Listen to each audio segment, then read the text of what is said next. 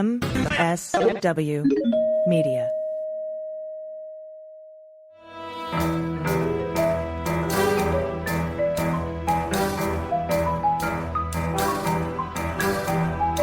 The rule of law is not just some lawyer's turn of phrase. It is the very foundation of our democracy. The essence of the rule of law is that like cases are treated alike. That there not be one rule for Democrats and another for Republicans, one rule for the powerful, another for the powerless, one rule for the rich and another for the poor, or different rules depending upon one's race or ethnicity. To serve as Attorney General at this critical time is a calling I am honored and eager to answer. So now it's clean up on aisle 45 time. And for a long while yet, it is going to be clean up on aisle 45. Hey, everybody. Welcome to episode 172 of Clean Up on Aisle 45. It's Wednesday, May 8th, 2024. And with the way everything's going down in Fulton County, you may be hearing us say, welcome to episode 7,829 of Clean Up on Aisle 45. But today it's 172. Hey, I'm Allison Gill. Hey, Allison, I'm Pete Strzok. Today we'll be covering the 2016 election hush money trial, including two contempt rulings, the testimony of the banker that loaned Cohen the $130,000, lawyer Keith Davidson, audio and visual specialist Douglas Dowse, the woman who monitors Trump social media for the DA Ms. Longstreet, Hope Hicks, and Trump Organization accountant Jeff McConney. Ah, good old Jeff McConney. But first, before we get into that, we have some new patrons to thank. Thank you very much to our patrons. You make this show possible. Thanks for supporting independent media. Margreta DeVries, Mark Gudis, Paul Barkley, Alice Bordwell Haugen, Mia Flint, and Dominique Locus. Seriously, thank you so much. You make this show go. We couldn't do it without you. All right, let's start with the contempt hearings. Since both rulings have come in since the last episode, we covered the first contempt hearing during the last show, but since then we got the ruling for the first contempt hearing, and we had the second contempt hearing and a ruling on that as well.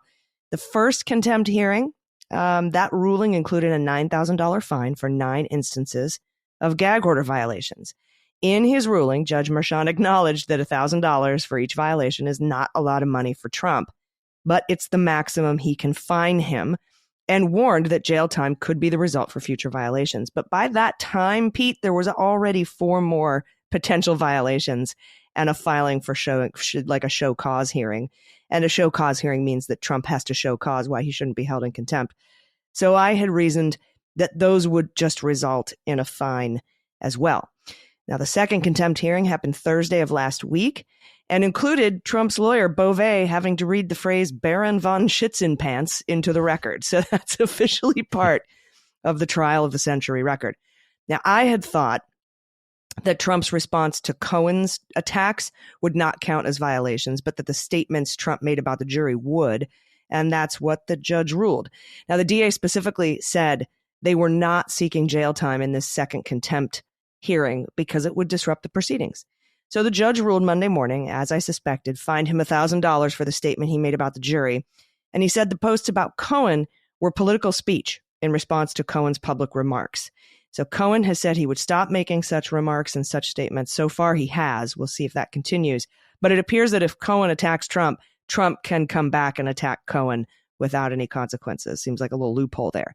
Now, in his ruling on the second contempt charge, the judge wrote, "This court cannot find beyond a reasonable doubt that Trump's recent statements about Cohen were not protected political speech made in response to political attacks by Michael Cohen."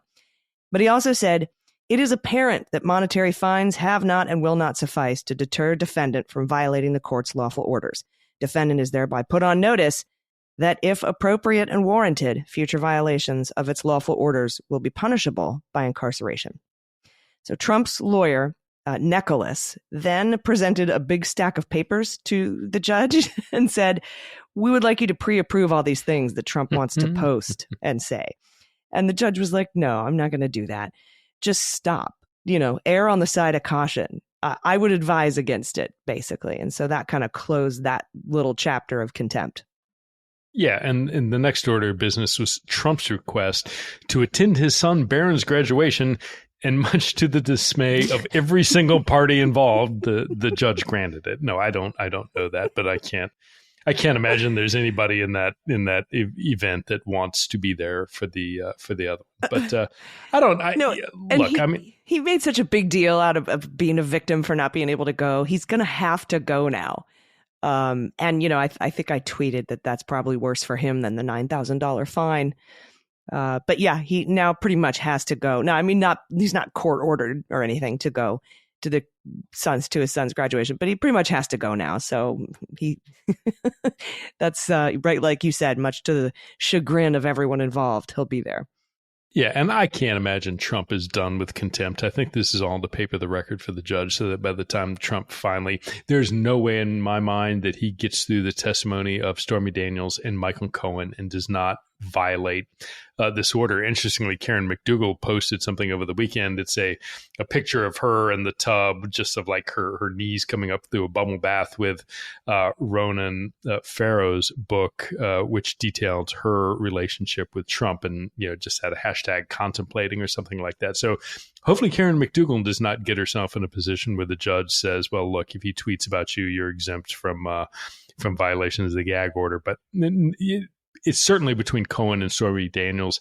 I think there's a high likelihood that Trump's going to violate the gag order again. And if he does, I wouldn't be surprised if he heads off to jail for a day or two. And Allison, I can't help but wonder if Trump is preparing and wants that. Not for a month, but a day or two. And it's not going to be in general population at Rikers. It's going to be something with Secret Service protection where it's fairly comfortable. Now it's going to be nasty, dirty compared to what Trump would ever want to be part of, but I think his ability to play the martyr, the victim, fundraise off it, he might want this. And disrupt the proceedings. Yeah. Sure. Yes. Delay proceedings for however long. If they do it right, he goes in, Friday afternoon, comes out Sunday evenings, but it won't be that clean. Yeah. All right. So what about some of the key testimony? Yeah. So starting with that, let's talk about last Tuesday. Now, the last episode, the banker who had loaned Cohen the $130,000 had just taken the stand. Now, he finished his testimony Tuesday saying that they had pushed the loan through in less than a day. He said he didn't even know that the money was for a political cover-up, and he wouldn't have lent it to Cohen if he knew that it had been. He said he figured that it was for real estate. Now, that witness, Farrow, was followed by two witnesses that verified the audio and video recordings of Trump and saying that, hey, in fact, these are authentic. And then another one that verified that the transcript of Trump's deposition in the E. Jean Carroll case was authentic. Now, normally the defense stipulates to the authenticity of evidence like this, but Trump and his team have decided to stipulate to nothing. So what it means is that these witnesses have to come from wherever they are, and many of them are not in Manhattan, and they have to come in and take the stand, and they're required to prove the authenticity of things, like the video that Trump recorded apologizing for his affair with Stormy Daniels and the audio of phone calls between Trump and Michael Cohen. Yeah. Yeah, so we have a lot of these witnesses now that we wouldn't have in a regular trial because defense usually stipulates to all of the evidence, or at least most of it. Now, after the verification witnesses were done, the prosecution called Keith Davidson. As we know, Davidson was the lawyer for Stormy Daniels and Karen McDougal.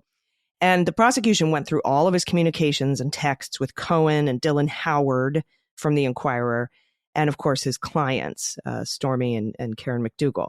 And Davidson testified that he had leveraged ABC's interest in McDougal's story to get a settlement from the Inquirer. And he called her friends and the people who were trying to get her story out, Karen McDougal's friends, the estrogen mafia, and then kind of was embarrassed by that, name that when it was read to him on the stand. He was like, it's probably not the best way to refer to women. But then they moved. You think? Yeah, they moved on to Stormy Daniels. And the text messages they brought up showed that AMI, the Inquirer, did not want to pay for the Daniels story after getting stiffed for the McDougal story and by Trump. And Stormy's agent, Gina, didn't want to speak with Cohen anymore. Nobody did. And Davidson said, quote, the moral of the story is that no one wanted to talk to Cohen, which elicited laughter in the courtroom. They've been kind of Cohen bashing this whole time, which is actually really good for the prosecution, because by the time he gets to the stand, everybody's going to think he's a jerk that nobody wants to deal with. And so it kind of draws out the sting, right? Nobody's going to be surprised about Cohen. And Davidson said that Cohen stepped in for AMI at that point. AMI was unwilling to pay for the Daniels story, like I said, because Trump hadn't reimbursed them for the 2 previous catch and kills, McDougal and the door guy. The door guy who said that Trump fathered a child out of wedlock, which was not a true story, but they were going to catch and kill it anyway. And they couldn't get payment from Trump. So that's when Cohen stepped in as the quote unquote hero for Donald Trump. And Davidson also testified he was worried that Cohen was just kicking the can down the road on payment until after the election, proving that this was about the election, right? And an interesting piece of trivia, Pete, Trump's pseudonym, David Dennison, and Stormy Daniels' pseudonym, Peggy Peterson, were used because D, David Dennison, is for defendant, and P, Peggy Peterson, is for plaintiff. So they referred to them as DD and PP in their text messages. And a key piece of testimony during this time was an exchange between Davidson and Dylan Howard from the Inquirer on election night. Keith Davidson texted Dylan Howard, "What have we done?" And Howard responded, "Oh my God." So that's kind of what happened there.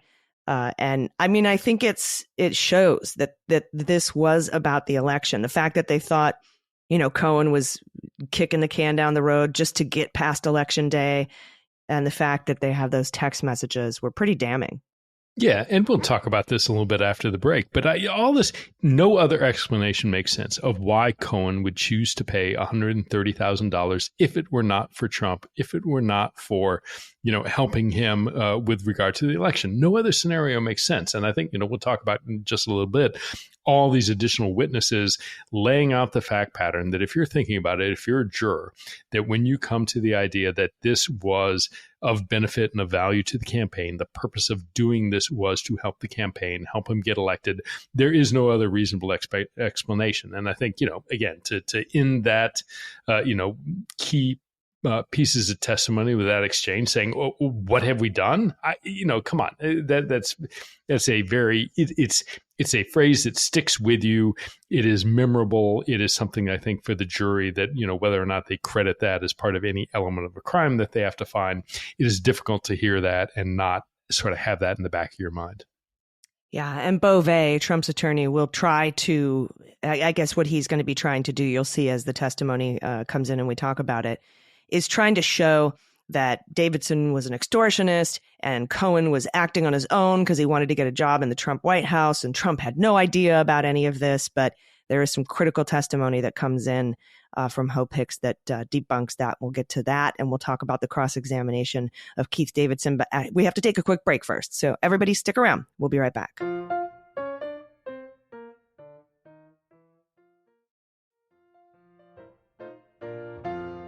Hey, welcome back. We have some more patrons to thank. Vindictu5, Shellen Lubin, Steve Pahanik, Hotch Deercliff, Mindy, Stefan, and Julie McAuliffe. Thank all of you for your support. Thank you for helping make this program go. We could not do this without your support, so thank all of you very much. Well, so still in New York, after the DA's office finished their direct examination of Keith Davidson, Beauvais began the cross for Team Trump. The goal of Beauvais' cross-examination was to paint Davidson as an extortionist, and it got pretty tense at times. Beauvais tried to bring up a host of past clients, and Davidson was saying, "Look, I can't recall because you have to understand I've had over 1,500 clients." But his clients included Charlie Sheen, Hulk Hogan, and Tequila, and Beauvais asked Davidson if he, quote-unquote, extracted money from them. Beauvais then said, quote, "I'm not here to play legal games, I just want the truth," unquote. To which Davidson replied, quote, "I'm telling the truth, and if you don't want to play legal games, maybe you shouldn't use words like extract." Now, this back and forth went on for a while, with Beauvais insinuating that Davidson, quote, "made them pay," unquote. To which Davidson responded, "I asked for monetary damages because it was torturous." Now, there was no redirect for the DA's office. Now, look, in my mind, I don't know that all this attempt to say, look, you're an extortionist, you're sleazy, whether or not you do or don't, nobody's debating really that this is an entirely a sleazy enterprise, that you have people like AMI and the National Enquirer. They're looking for salacious stories. They are digging for dirt. They're paying to get dirt. They're paying for hiding dirt. The fact that you can establish that they did that not only with Trump, but they did it 100 other times, I don't know that really matters to the jury. Sleazy people do sleazy shit. So I don't think that helps Trump. I do think what the defense is trying to do is that, saying, yes, they're all sleazebags, but in this case, they went rogue, and particularly Cohen, and he was trying to get a job at the White House, and he might have been trying to extend a favor to Trump to get in his good graces, and Trump didn't know about it. But I just don't, even if you try and assert that, when you have people saying, yeah, that Trump was signing the checks in the Oval Office for over twice the amount of the alleged plus up that he was supposed to receive for taxes, I don't think it's going to resonate with the jury. No, I don't think so either. And one of the key moments at the end of the Davidson testimony was there was a secretly recorded call in which Cohen said that Trump expressed regrets about the Stormy Daniels hush money deal. We shouldn't have done it. And this was in 2018. And Cohen quoted Trump as saying, "I hate the fact that we did it," which shows that Trump has personal involvement in the deal. And so it's really hard to kind of get around those very obvious pieces of evidence and testimony. Yeah, completely. And from that, then there was one more witness, and the final witness on Tuesday was Douglas Dowse, who was a custodial witness. Again, no real substance other than just to testify about the authenticity of audio recordings and text messages. Specifically, he testified that the call between Trump and Cohen, where they discussed setting up an entity to effectuate the payment to Cohen, quote, on behalf of our friend David, unquote, as well as text messages between Cohen and Hope Hicks. And now, you know what, Pete? I thought of every time I've heard that recording where they said on behalf of our friend David, I thought he meant David Pecker, but he was actually referring to David Dennison, DD. Right. That's makes kind of a difference, right? Right, for sure. And, there was, I think, the Beauvais was trying in his cross-examination to show, hey, look, the evidence was tainted, the chain of custody was broken, we're just going to have to take Cohen's word for it that these recordings are real. And again, keep in mind that all this, the Dowse and the person, other folks who are custodians coming in, none of these are typically required. Typically, both sides will stipulate to the evidence, but Trump is contesting everything. Then on redirect, after the cross-examination by Beauvais, Conroy asked Dowse, hey, look, is there any indication that the extracted data was tampered with or manipulated? And then Trump's attorneys jumped right in, objecting and saying, look, we object to that question, and it was overruled. And then finally, Dowse answered, no, or he said, quote, there's not. And with that was the end of the day for Thursday. Now, after the proceedings, shockingly, Donald Trump went out, addressed the press outside the courtroom, and said he was being prevented from testifying in his own defense because of the gag order. His lawyers stood there and agreed with him multiple times. Yeah. He just kept nodding his head. Trump would be like, look, I can't testify because of the gag order. He'd turn around and look at Blanche, and Blanche's like, yep, that's right. And it wasn't a slip of the tongue. He said it like 4 times. And I had said on the Daily Beans podcast that I bet the first order of business Friday morning would be the judge explaining to Trump and his lawyer that the gag order doesn't prevent him testifying, and to make sure that they understood that. And Pete, that's exactly what happened. First thing Friday morning, the judge was like, all right, first thing I need to address, you do understand, right, Mr. Trump, Mr. Blanche, that the gag order does not prevent you from testifying and you're free to testify. Yes. Okay. So that was kind of nipped in the bud. Yeah, and after that little scolding from the bench, there was a witness named Ms. Longstreet who works for the district attorney's office. Now, her job is to monitor Donald Trump's social media. She was a foundational witness for admitting some of the exhibits that the prosecution plans to use later on. Blanche jumped up, objected to her testimony, and the judge dismissed the jury so that they could argue about it. Now, during the conference, out of earshot of the jury, the defense agreed to stipulate to the date of the Access Hollywood tape. They were actually objecting to that at first, just the date. Now, the stipulation means that the DA wouldn't have to submit a Washington Post article about the Hollywood tape into evidence. So by stipulating that actually saves the defense this, additional Post article, which potentially would have been, much more damaging in the eyes of the jury. Now, the rest of the exhibits are social media posts. Blanche objected to them one by one, and each and every time he was overruled. And then there is the video of Trump apologizing for the Access Hollywood tape. Following that, some posts he made denying the affairs, including one where he calls Stormy Daniels a, quote, horseface. And then his, quote, if you come after me, I'm coming after you post. And Longstreet testified she doesn't know if Trump made those posts, just that they came from his account. After that, she stepped down, and in result, all of the posts were allowed into evidence. Yeah. So again, all this stipulating, and I think that ends up probably hurting him, particularly during McConney's testimony, which we'll talk about later in the show. And then also there were a lot of objections to Hope Hicks' testimony. And I don't think those objections look very good. And we'll talk about the Hope Hicks testimony after this quick break. So everybody stick around. We'll be right back.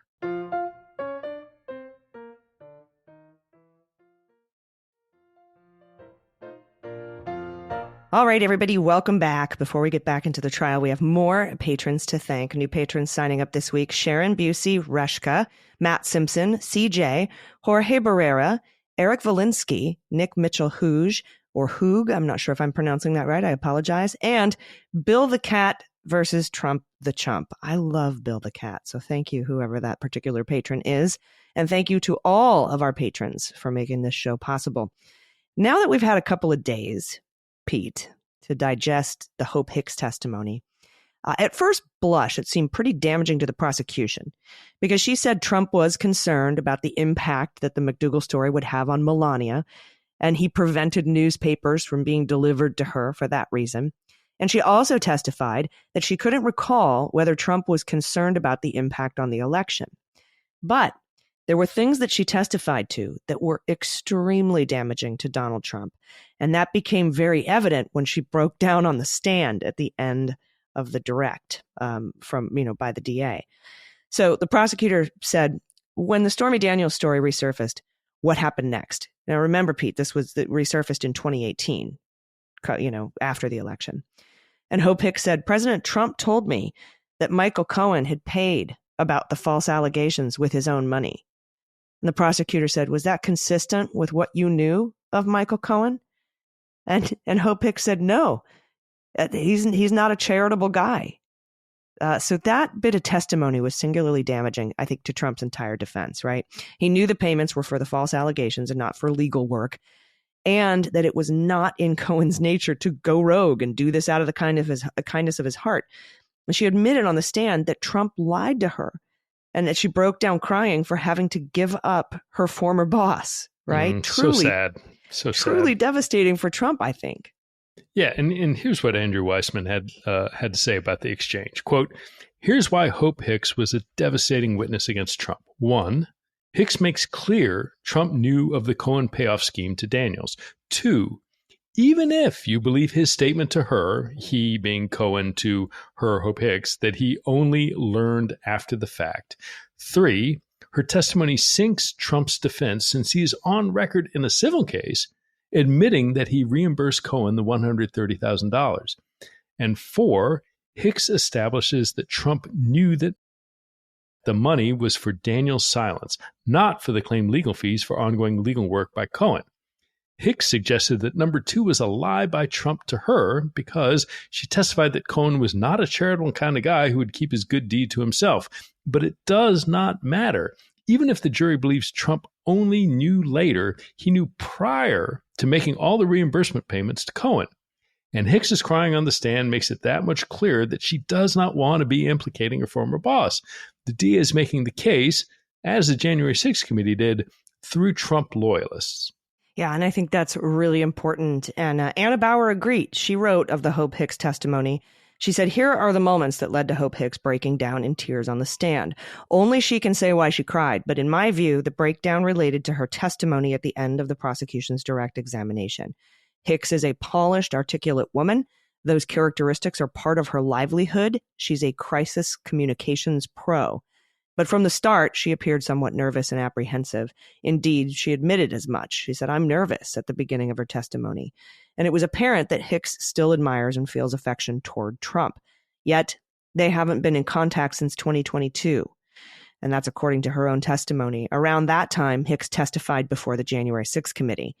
And at the end of her direct examination, Hicks testified about a conversation she had with Trump in 2018, not long after the Wall Street Journal published a story about Michael Cohen's hush money payment to Stormy Daniels. Trump claimed that Cohen made the Daniels payment out of the kindness of his own heart, though Hicks admitted that that explanation was not consistent with the Michael Cohen she knew.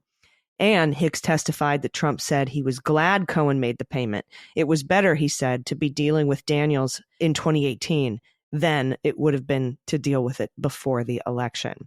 Trump thought, quote, "It would have been bad to have that story come out before the election." And that's what Hope Hicks testified to. Anna Bauer says, to be sure, other aspects of Hicks' testimony could be helpful to the defense, but that moment at the end of her direct examination marked a significant win for the prosecution, which has alleged that Daniel's story was suppressed to influence the election.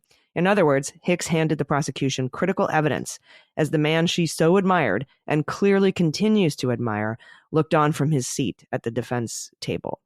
All of which led, I think, to Hicks's emotional moment on the witness stand. So that's what Anna Bauer was getting at when she wrote all that up, and when we talked about the Hicks testimony. So there were some wins for the defense, like I said, in that she testified Trump was concerned about what Melania thought, and tried to keep it from her. But to come out and say that in 2018, before all the payments were made, that Trump told her that he knew that this was hush money for Stormy Daniels, that's really, really significant. And I think you'll hear it come up again, I bet, in closing arguments. Yeah, for sure. And I think a couple of points here. I mean, one, we've talked before during the podcast about how, presenting a case at trial is like telling a story. You want to approach the jury as if you're walking through almost a book with an introduction and plot development and suspenseful moments and tying it all together for a grand conclusion. And if you look at the tactical aspects of presenting a witness, keep in mind, this is on Friday, right? They kind of walked through, said, okay, how much time do we have? Okay, let's work in a couple of witnesses to introduce just as, fact witnesses to get some items of evidence entered into evidence as exhibits. And then they bring on Hope Hicks. And so it's just the prosecution at this point. They're walking through. They know they have enough time to get her to Friday afternoon to be done for the day and not turn it over to the defense. And they get this really emotional, compelling testimony where you've got all the jurors leaning forward, listening to her. And then they take that home for the weekend. And they're thinking about it all weekend. They haven't heard from Trump's team. Trump has to stew about it all weekend long. It's from just a tactical perspective in terms of how to put on a case, a really effective way of doing it. And to the point you made, Allison, that, we are hearing from people who are Trump loyalists. We heard from David Pecker, who's like looking over at Trump and waving like, "Hey, buddy, good to see you. It's been a while." The same thing with Hope Hicks, who obviously did not want to be there talking, about anything negative when it came to Trump. But it's not, they're going to have to put up Michael Cohen. And the fact of the matter is, while Cohen is antagonistic now, go back, however many years, Cohen was exactly the same as Pecker and Hicks and all these other loyalists. So they are not only telling the story in a very effective way, they're using the voices of the people who are close to Trump, not some FBI agent who investigated him, not somebody who got stiffed by him in some business deal. So, and kind of the last point from my perspective, Hope Hicks is no hero. Hope Hicks was right. I was hoping we would talk about that. From the moment he was considering his candidacy, and it bothers the heck out of me to read these fawning profiles in the Washington Post about how, she's the person to, really understand everything that went through Trump, and how she, didn't want to just and all her professional accomplishments before and what she's been doing afterwards. She enabled this man easily from prior to his presidency, enabling him to gain the presidency, the crisis communications during his presidency. Hope Hicks is no hero. And all of these accounts forget to mention that her tweet to somebody else in the White House staff after January 6th, we're all fucked. We're never going to get a job. These people all think we're terrorists. That magically, those statements appear nowhere. But like, Alyssa Farah, who's, attractive and happens to be a good communicator, if they say something negative about Trump or willing to testify about Trump, suddenly all is forgiven. I'm not buying it. And I wish more members of the mainstream media would also maybe approach her with a little tiny bit of a grain of salt, because she is no hero. The thing that really stuck out to me was when she was testifying about learning about the Access Hollywood tape. She got a script of it from Farenthold, and at the Times, I believe, and took it up to the 26th floor where they were doing debate prep. And her concern was not what was said on the tape. She didn't have anything to say about, oh my God, this is horrible. Her concern was the campaign and protecting Donald Trump. Deny, deny, deny, she said. This is important. We have to do this. We have to do that. She can shed a tear. We know that, when she has to be disloyal to Donald Trump, but it didn't even occur to her. She didn't even think twice about working for a man who would say those things. And that is what drove home the she's no hero narrative for me. And you also bring up a really good point about how well the prosecution is putting on this case, using all of those different aspects of it. But like you said, using the timing of ending on that breakdown on the stand on a Friday with Hope Hicks. I don't know if that was planned, but it certainly was very beneficial, I think, to the prosecution.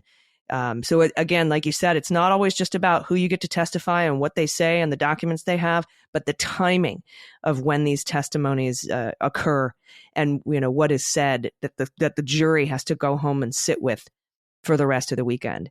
I would have liked to have seen them say, were you at all upset about the tenor of the remarks that he made on the Access Hollywood tape? But they didn't go there. But that's, because they don't want to, diminish their own witness. But man, that's what hit home for me when I was like, what kind of person Hope Hicks is. She was concerned about the look, how it would negatively impact Donald Trump, not the fact that he would sexually assault women or talk about it in such a cavalier way. Anyway, just my 2 cents. We have the incredible Mr. Jeffrey McConney coming up to the stand next, and we're going to talk about his testimony after this quick break. Stick around. We'll be right back.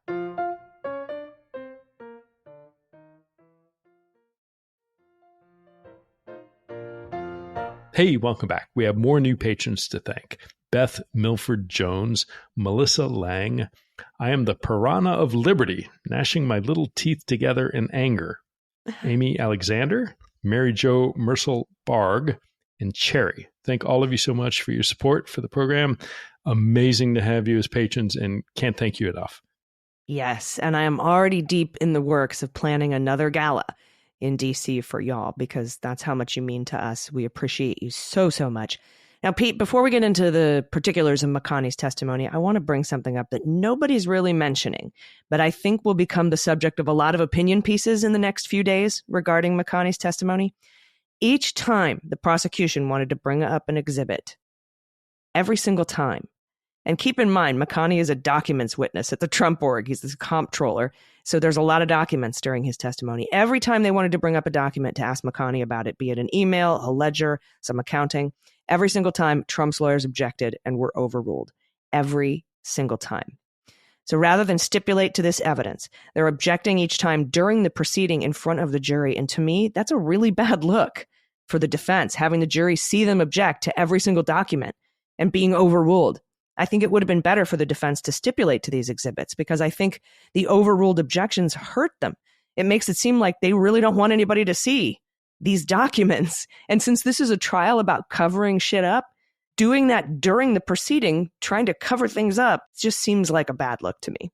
Yeah, I agree with you. I don't understand it. I'm fairly comfortable that if it was a choice left up to Trump's attorneys, they would not be objecting to each and every piece of evidence. I think there are at least two possibilities. One is Trump is telling them, I want you to get up there and object to anything. I don't care what you have to say. Do it. And or two, they're trying to paper the record for future appeal and to be able to say, look, we not that they're going to say we objected to all of this, but if there's any one or two particular little pieces where there might be an issue, they can enter into the record that, hey, we objected to this and we're overruled because the judge wasn't, being fair. And so they're trying to get themselves some sort of a toehold for a future appeal. But it doesn't look good. I'm certain at some point, the jury, at a minimum, like all the public is doing, is sitting there saying, why are you wasting our time? And it's not like, some grainy photo that somebody says, oh, that's a picture of Bigfoot, or it's, the missing Zapruder film or something. I mean, these are just bread and butter exhibits that should be stipulated to, that should not be objected to. So I'm with you on that. Yeah, agreed. So let's talk a little bit about what McConney testified to. So So McConney got up on the stand, and the prosecution took him through the Trump Organization accounting of the reimbursement, including the accounts receivable, the accounts payable, and the general ledger. Now, one of the critical documents has Weisselberg's handwritten notes on it saying, quote, ×2 for taxes, unquote. Now, it's important because Weisselberg, I don't know if he's probably still in Rikers even yet as we speak. It's important because the regular legal expenses aren't paid at twice the amount to true up for taxes. Now, interestingly, you don't pay your lawyer twice what? No, you owe him? double, whatever it is. The tax amount. It's the 200% tax rate. No, that's not shockingly the way I do that it all the works. time. Yeah, I do. Yeah, that's why you're a good client that way. Interestingly, the ledger not only shows the entire reimbursement ×2, or 12 payments totaling the agreed upon amount. Now, it's actually 11 because one of the payments was for 2 months, but it also shows a $50,000 payment to Redfinch for what is called, quote unquote, tech services. Now, remember, Redfinch was the firm that Trump used to rig polls in his favor. It didn't really come up, but I saw it. I was like, oh, Redfinch, really? Yeah. Nice work to just kind of slide that in there. It just happened to be in the ledger with the rest of these reimbursement payments. And then, on cross, Beauvais tried to elicit the fact that the payments were for legal services. And he didn't really speak to Trump. McConney didn't speak to Trump about the payments. But Colangelo shut that door on redirect. He said, were there matters Weisselberg kept you in the dark about? And McConney was like, yeah. All happening above your head? Yes. You were told to do something and you did it? Yes.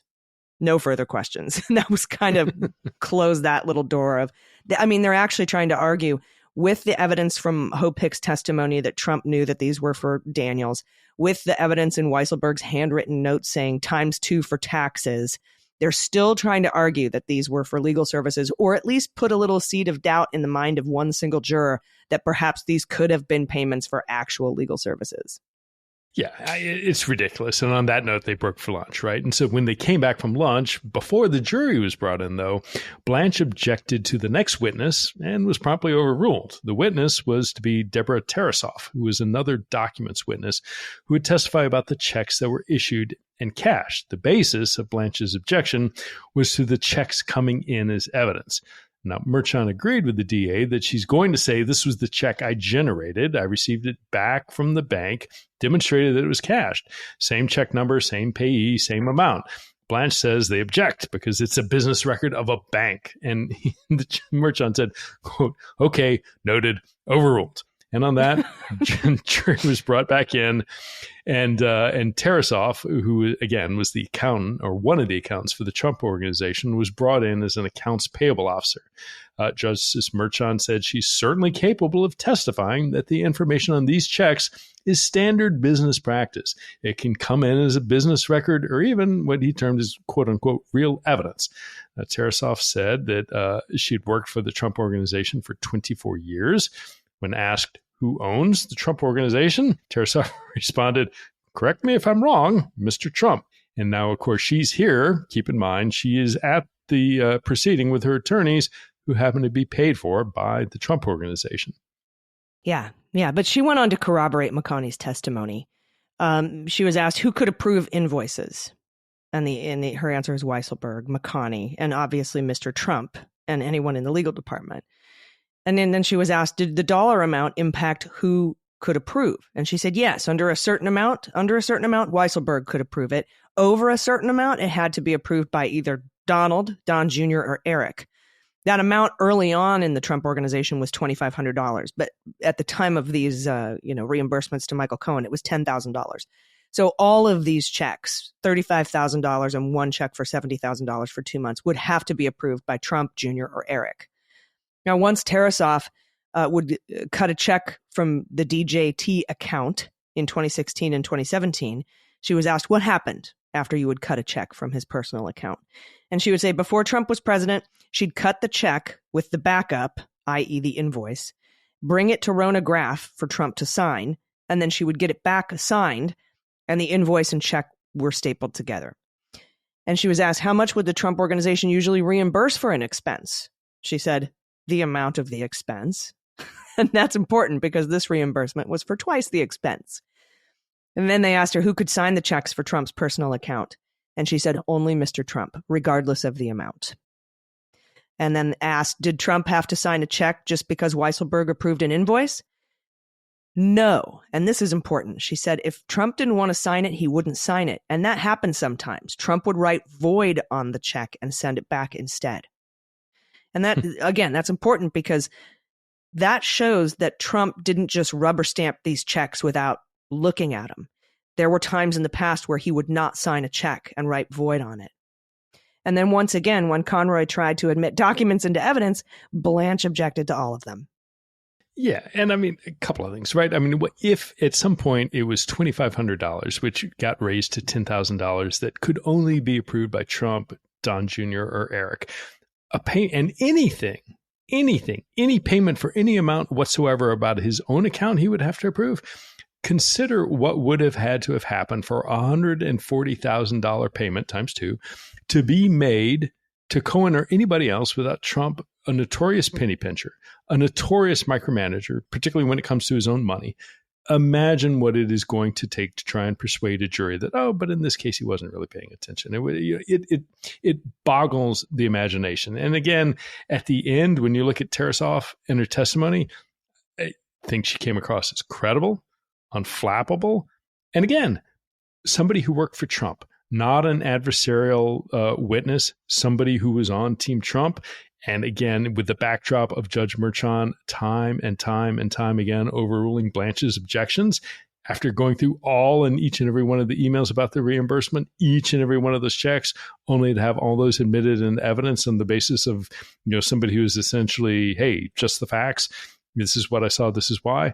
I thought it was very effective testimony. And again, to what we were talking about earlier, I don't understand what the defense is getting at by just not stipulating to all these individual pieces of evidence. It's almost a gift to the prosecution, because that's what I come away with. If I'm a juror sitting in the jury box, I'm thinking, boy, he really doesn't want me to see any of this. And that's the message. And I think that that's why this stuff is usually stipulated to, because you don't want to be seen as trying to prevent the jury or the people from seeing evidence. It's just a bad look. I mean, there might be a jury instruction to say, you can't do this, you can't do that, but you also can't unring that bell. So it's going to be interesting to see. That's where we kind of ended. We record this on Monday afternoon. Again, like you said, Tarasoff went through all of the checks, all of the emails, all of the reimbursements, objected to one at a time, overruled. And I thought that her testimony was very credible. She seemed pretty unflappable, like you said, but it's not going well, and it's only Monday. So we'll see what happens in the coming week, and we'll talk about it on the next episode. Will Trump violate his gag order? Yes. When so will who's left? We've got Stormy, we've got Cohen, presumably we have Karen McDougal. There's no way the prosecution, in my opinion, ends this week, particularly with Wednesday off. I don't think they can get through. I mean, Cohen will take 2 days, I think, at a minimum. Probably. Yeah, especially with the cross, because that's who they're going to go after the hardest. Absolutely. They're hanging their hat on the fact that only Cohen can testify to the veracity of the recordings that he made of Donald Trump. And so they're going to just try to bury his credibility and impeach him as a witness. So, and they will bring up the fact that he pled guilty to perjury. They will bring up the fact that he went to jail for campaign finance violations, or maybe they might avoid that since Trump was the co-conspirator in that scheme and wasn't brought to justice. So it'll be interesting to see how these witnesses, Stormy, McDougal, and Cohen, compose themselves on the stand to make sure that Cohen doesn't really lose his temper. Because I think that if I'm the defense, if I'm Beauvais or Blanche, I'm going to try to elicit an outburst on the stand from Michael Cohen in front of the jury. And so we'll be watching for all of that. We'll see. We probably will have a few more documents, witnesses come up. And then maybe they'll end with a bang. And we'll see how close we get at the end of this week to where we are with the witnesses. And then I think the defense gets to put on their case in chief. And who knows, maybe they'll actually have Donald Trump testify. What do you think? He is a fool if he testifies, but he may not be able to help himself. Look, at the end of the day, he'll get scared. I don't think he does. I don't think there's any way. But the gag order prevents him from testifying. Yeah, there'll be some bluster, just like every single other time in his experience with Mueller or anybody else. When it comes down to it, he does not want to do it. And inside, he is a scared little man who understands that he is not going to, when faced with cross-examination and penalty of perjury, that he has to answer questions. No way whatsoever. Yeah. Well, thanks for listening to us go over the testimony that we've had for the past week and the contempt hearings. And of course, we're going to bring it all to you next week and catch you up with the overview and the standout key moments. Of course, there will be a Cleanup on Aisle 45 bonus episode this weekend for patrons. And once again, thank you to all of our new patrons and all of our current patrons and all of our listeners for just listening. It means so much to us. We can't thank you enough. We're going to be, Pete, live in DC in August at Hamilton. And so I encourage everybody to get tickets to that before they sell out. You can come and say hi to us. It'll be great. Andy McCabe will be there. Glenn Kirshner is going to be there. And we're going to be talking all things Trump, and who knows where we'll be in August. We'll definitely have a Supreme Court ruling on immunity by then. Whether or not we have a trial. Bite your tongue. One never knows. But yeah, I think you're right. Whether or not we have a trial is another story. No. All right, everybody. No. We'll see you next week. Do you have any final thoughts? No, we'll be waiting. Come that event, we will still be waiting for a trial date on the federal cases, both of them. The documents case is scheduled to start next week. Next week, yeah, right. Yep. Leaning forward into that. Yeah. Yeah, right. Oh, my goodness. All right, everybody. Thanks so much. I've been Allison Gill. And I'm Pete Strzok. Cleanup on Aisle 45 is written, researched, and produced by Allison Gill, with editing by Molly Hockey. Our art and logo design are by Joelle Reeder and Moxie Design Studios, and our music is composed and performed by Adam Orr. Cleanup on Aisle 45 is a proud member of the MSW Media Network, a collection of creator-owned podcasts dedicated to news, politics, and justice. For more information, visit mswmedia.com.